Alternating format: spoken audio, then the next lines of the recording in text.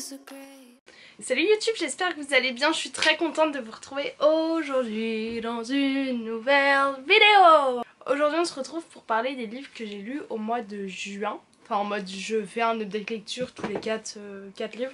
Du coup je le mettrai à la date du jour où ce sera publié. Et ça correspond à 2 livres que j'ai lus en... Ouais non les 4 je les ai lus en juin, donc on est plutôt logique. Dans cette vidéo vous allez avoir mon avis sur une relecture, mon premier coup de cœur. Je dirais un livre qui m'a vraiment bouleversée et j'espère que vous le lirez également. Ainsi que 2 romances de mon auteur peut-être préféré de romances.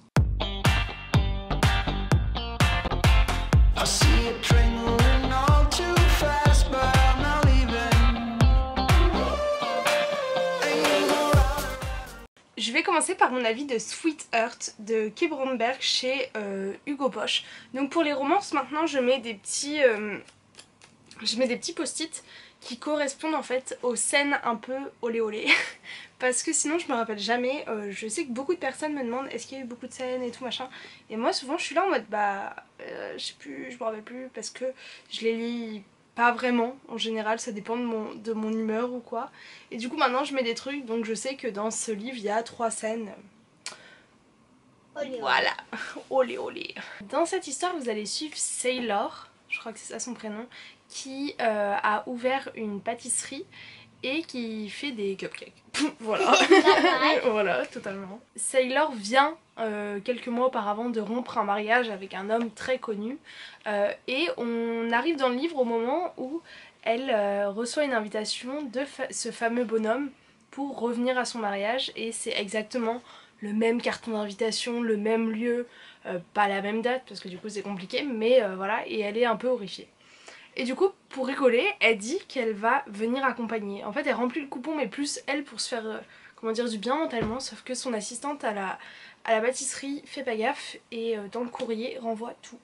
Voilà, du coup Sailor au début elle se dit bon, tant pis, comme ça il va croire que je viens, puis je viendrai pas. Et finalement son frère va la convaincre de venir accompagner et d'aller se venger, parce que apparemment cette famille qui est assez riche, la famille qui organise le mariage, fait exprès de dire des mauvaises choses sur la pâtisserie de Sailor pour qu'elle n'ait pas assez de clients. Du coup son frère est là en mode il faut que tu y ailles avec un homme incroyable pour que tout le monde se dise mais attends, peut-être que finalement c'est le bonhomme qui a un problème, parce que si Sailor l'a quitté et que maintenant elle est avec un homme comme lui...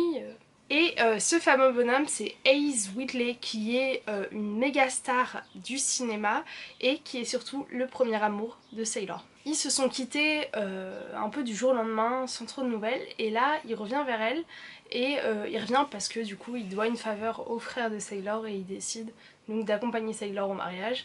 Et c'était vraiment trop cool. J'ai vraiment beaucoup aimé ce livre. J'ai eu l'impression en fait de regarder une espèce de comédie Netflix, vous savez, où vous passez une bonne soirée entre copains, entre copines. Et là c'était vraiment ça, c'était un petit livre doudou, parce qu'en fait le mariage se passe dans un endroit un peu paradisiaque, donc tu suis quand ils s'en vont. En plus il y a le côté un petit peu star de ciné qui fait très... comment ça s'appelle ? Ce film avec Julia Roberts, Coup de foudre à Notting Hill. Ça fait très ça un petit peu, voilà. Les personnages et les rebondissements prennent vraiment leur temps. C'est vraiment bien développé et expliqué. J'ai eu un peu de mal parce qu'il est un peu long quand même, genre il fait plus de 500 pages pour une romance. Et les rebondissements sont là mais prennent leur temps, et en fait ça ajoute une sorte de crédibilité à l'histoire. Ce schéma Friends to Lover, moi c'est mon truc que j'adore. Enfin du coup c'était ça dans le passé. Ensuite ils ont été Lovers to Enemies to Lover. Le personnage de Sailor est top, c'est une femme hyper débrouillarde, hyper indépendante, elle est vraiment incroyable.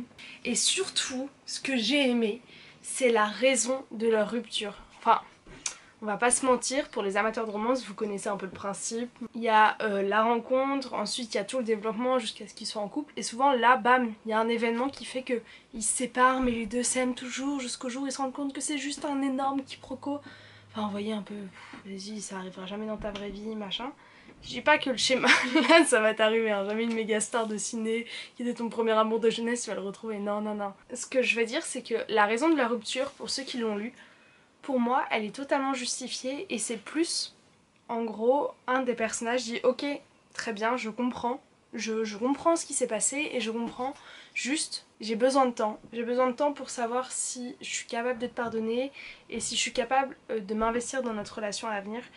Et c'est vraiment un truc que j'ai aimé, j'ai trouvé ça très adulte et très bien expliqué et ça change quoi. Du coup encore une superbe découverte de l'auteur, j'adore vraiment Kay Bromberg. Et d'ailleurs la deuxième romance que j'ai lue c'est The Player qui elle aussi est de Kay Bromberg. Celle-là on a un peu plus de scènes de olé olé, on en a 5 apparemment.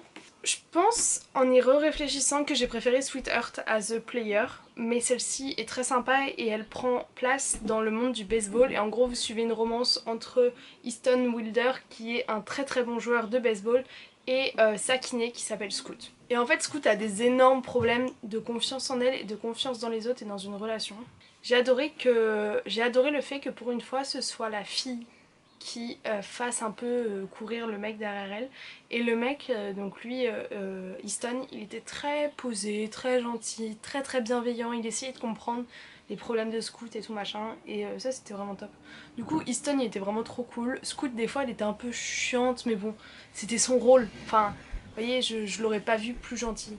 Et en fait je savais pas mais c'est un tome 1, pour moi souvent c'est des tomes compagnons les suites et non, celui-ci va vraiment suivre et je trouve ça cool parce qu'en fait la dernière série de romances que j'ai lues c'était les McCoy et j'avais beaucoup aimé et d'ailleurs le prochain tome sort bientôt. Du coup j'ai vraiment hâte de lire ce tome 2 vu que c'est vraiment une suite directe et de savoir ce qui va arriver à notre petite Scoot et à notre petit Easton. S'il y a un petit point négatif à avoir ce serait, j'ai trouvé que l'ensemble des personnages secondaires manquait un peu de développement. On n'a pas trop appris à connaître grand monde à part les 2 héros et 2-3 proches, mais à part ça, bof. Et même l'ambiance en général était très centrée sur les 2 personnages et j'ai trouvé qu'il manquait peut-être un peu de brodage autour.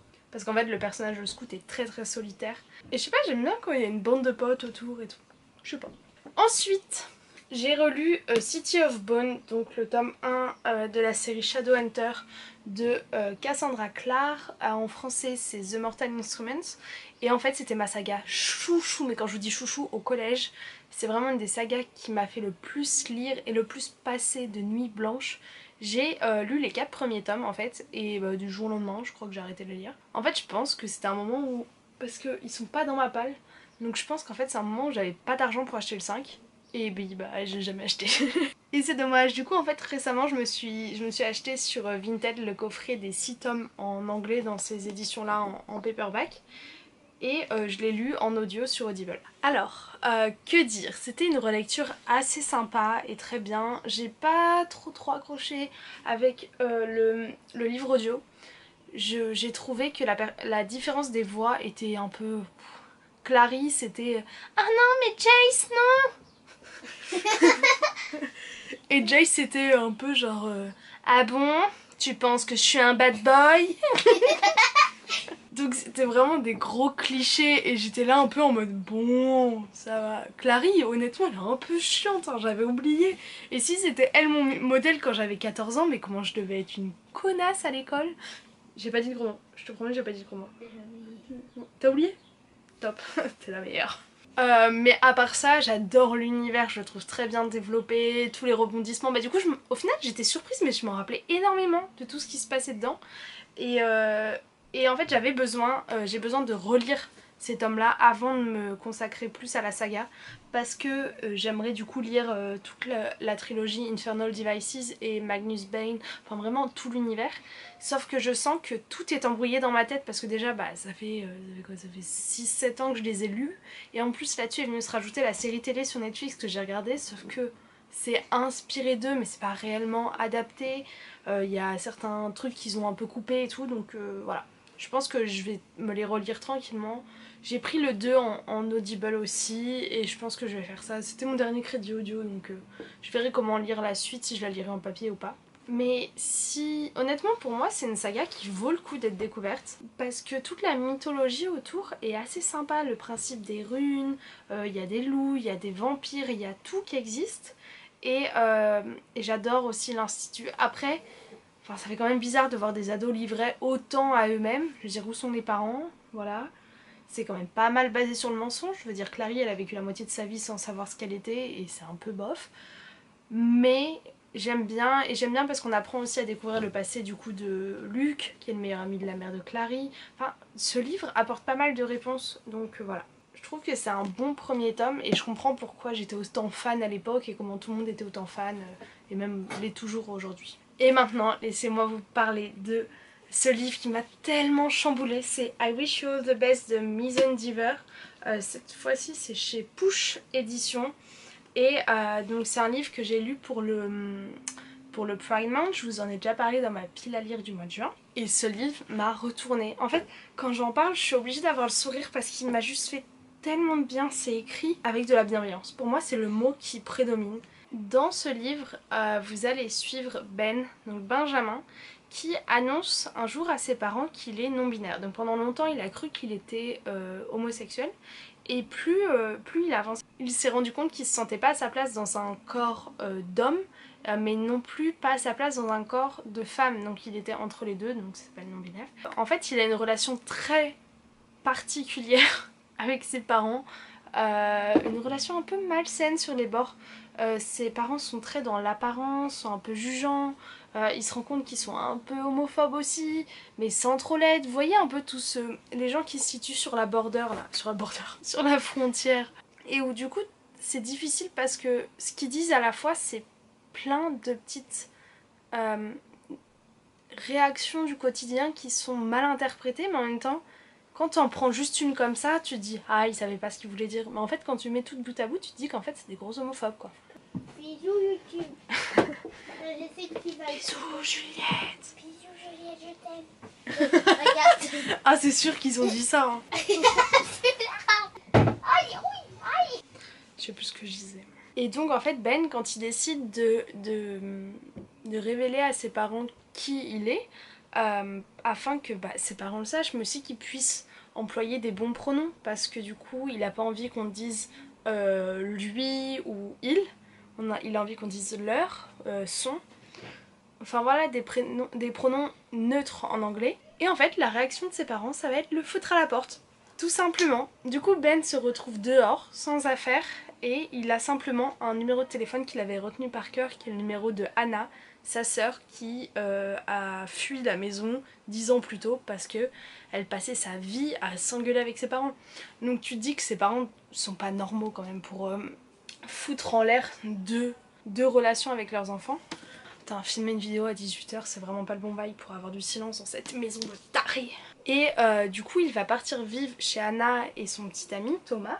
Et il va rentrer dans une nouvelle école où il va rencontrer Nathan, qui est ce personnage. Et Nathan, c'est un personnage, comment dire, solaire. Vous savez, il y a ces gens-là, je pense que vous avez forcément un proche autour de vous qui vous rappelle cette personne. Une personne toujours heureuse en apparence, enfin toujours voilà, hyper ouverte sur les autres, qui a envie d'aider les autres, voilà, une personnalité sociale. Je crois c'est comme ça qu'on appelle ça.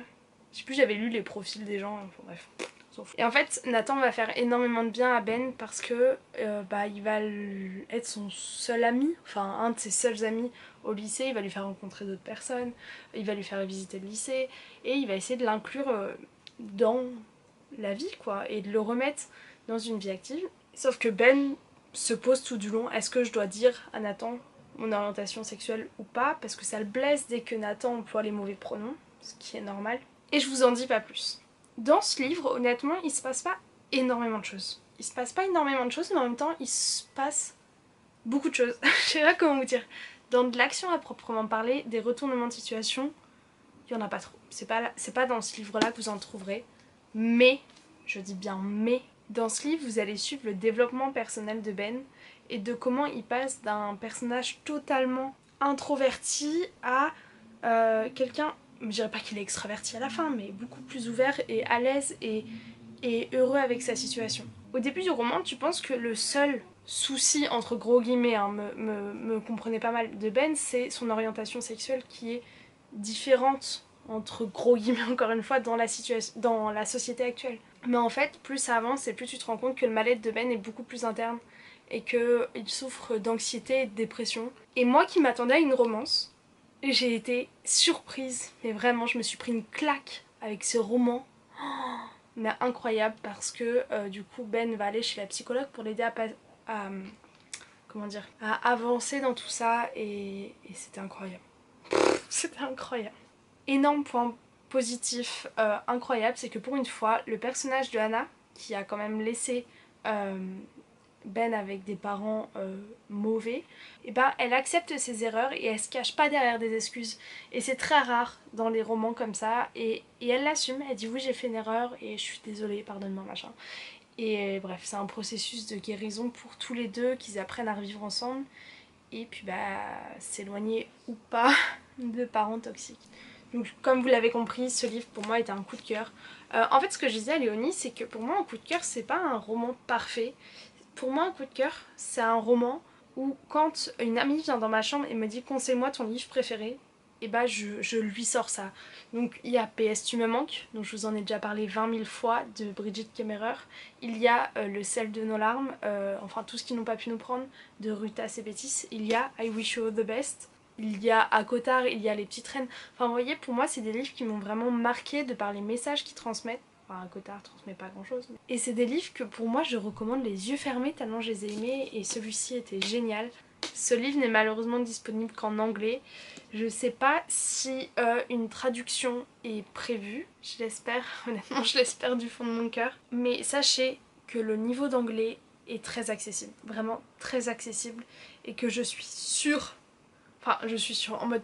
Si ça vous arrive de lire des articles en anglais, des choses, ça peut être une bonne lecture éventuellement. Juste du coup le truc des pronoms peut être un peu, comment dire, vous pouvez vous emmêler un peu les impôts, les pinceaux au début, mais une fois que vous l'avez compris c'est bon. Et ouais, en fait s'il n'est pas traduit, pour moi il faut que vous fonciez dessus en VO. C'est une écriture très fluide et ça se dévore et voilà. Et donc voilà pour tous les livres que j'ai lus pendant le début du mois de juin. Ça a été de belles découvertes dans l'ensemble et je suis plutôt contente. Je suis désolée, cette update je voulais le faire très court et on est à 25 minutes de rush. Oupsie. Je vous fais plein de gros bisous en attendant une prochaine vidéo. Dites-moi dans les commentaires si vous avez déjà lu certains de ces livres. Bon, je pense que c'est possible que vous ayez déjà lu le livre de Cassandra Clare, donc c'est un peu un classique. N'hésitez pas vraiment à me poser des questions si vous avez peur de l'anglais pour I Wish You All the Best. Enfin voilà, qu'on interagisse dans les commentaires, j'adore. Et puis bah, je vous fais plein de gros bisous en attendant la prochaine vidéo. Ciao ciao.